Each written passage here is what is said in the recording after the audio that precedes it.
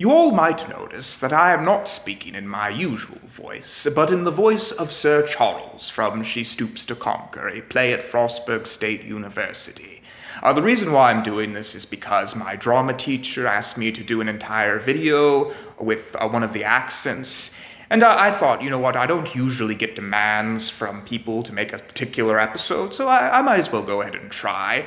Now, I can't say for sure whether I'll be able to get every word right in that accent, but, you know, the odds of my drama teacher actually watching this episode are pretty slim. I mean, consider the billions of hours of video out there. The odds of her clicking on my exact one it's impossible, basically, just impossible. So I think we're safe. It doesn't matter how I do the accent.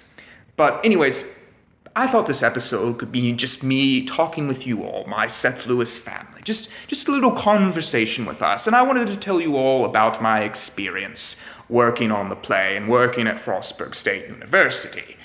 This wasn't my first play. I've probably done about 15 or something like that, somewhere in those numbers. So I'm not really like this new guy coming into this new world, but I will admit there was a lot of differences from other theaters that I have been a part of. And a lot of those differences were very positive. There were some negatives, but also some very positives. And I thought I'd go ahead and tell all of those first. Of course, the biggest positive was the people that I got to work with. They were a very nice group. I was actually surprised. I wasn't expecting them to be quite like they were. If I were to describe it, I think the best analogy I could give you were they were kind of like those nuns from The Sound of Music. I don't know if you all watched that movie. It was the story of that nun who met this guy, and she ends up leaving the nunnery and basically marrying him, and then they run away from Nazis. But it's a very beautiful story. Definitely read about it. It's a true story, and it's also a film. But anyways, it was basically going into the theater was kind of like that. They were a very quiet group, just kind of like very modest, and didn't really well, there wasn't much lewdness, you know. And I go up, and I was really surprised with how they choose to display their emotions, because, you know, the few times they did talk, it was usually by singing, you know. If they were having a bad day, they would have a little song about it, and I was always a little confused at first. I would stop and look around and wonder why everyone was starting to dance and sing along with this person, and I thought maybe it was some kind of initiation thing, but eventually I got used to it and just realized that was how they chose to display their emotions. Of course, I did have a little bit of trouble. There was one time I was doing some carpentry work actually, because we were working on the stage, and I said, damn. And there was this girl, Rachel, and she looked at me, and she was like shocked. And I looked at her for a moment, and then she ran over and she whispered into Atamu's ear. And Atamu kind of looked at me, and he just had this shocked expression on his face, like he couldn't believe that I, of all people, would say something like that. And basically, the entire theater was a little bit like, kind of like, what's going on here? Why did it, what? And, but eventually it cleared up, and basically nothing else came of it. You know, if I were to say there was one person in the entire group that wasn't that way, it was probably Austin. Austin, well, I shouldn't really give away his name.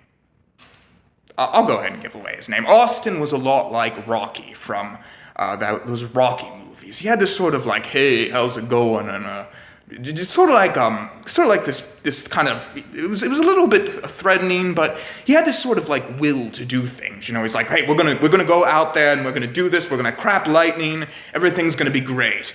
And farting thunder too. He was a farting thunder kind of guy. But it was a very, very good group of people to work with. The theater space was very beautiful too, very easy.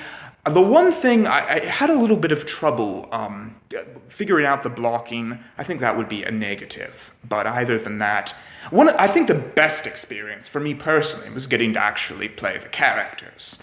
I would like to consider myself to be at least a good actor. Since I've done like 219 episodes, I'd like to think that I had some kind of talent. I will admit that I'm probably a better storyteller than I am actor. And I say that like storytelling's up here, and I hope that acting would be pretty close to that. But yeah, I am a pretty good storyteller, I'll admit that. Probably better, and I probably like it more than acting. But I think I did a pretty good job playing Sir Charles. It was weird because I'm so used to doing things on film, which is a lot different from stage. Like, if I was, like, playing Sir Charles, I immediately start thinking about how it's best to express his emotions. So, like, if he's feeling, like, really angry or confused, I'd give him this kind of look. That would be how I do that. And then, or maybe, like, if he was really, like, afraid, it'd be like this. And, or if it was Roger, I'd be like... And then when I'm playing the drunkard, it's a more sort of happy, loud sort of feeling, like, hey, I'm here to party!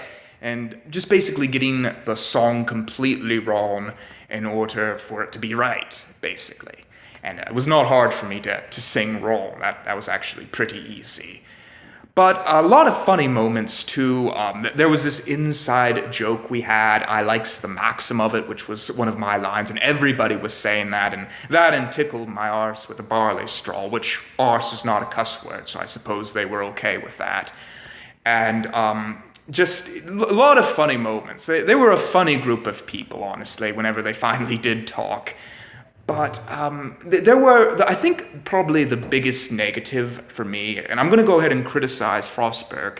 I would say that the productions might need a little bit more ambiguity. I've noticed that very rarely will you see a play done with any ambiguity, and I think the reason why that is that the teachers, if a bunch of students are coming up to you and they're like, hey, what does this mean? How am I supposed to feel?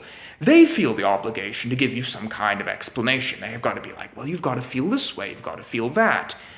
And, there's not really, there's certain texts that works for, but others, like Hamlet or something like that, it's supposed to be a mystery. So I do feel like it's not a very inviting place for ambiguity, but either than that, I really enjoyed working on the play. It was a lot of fun, and let's end off with, I likes the maxim of it, Master Muggins, or tickle me arse with a barley straw.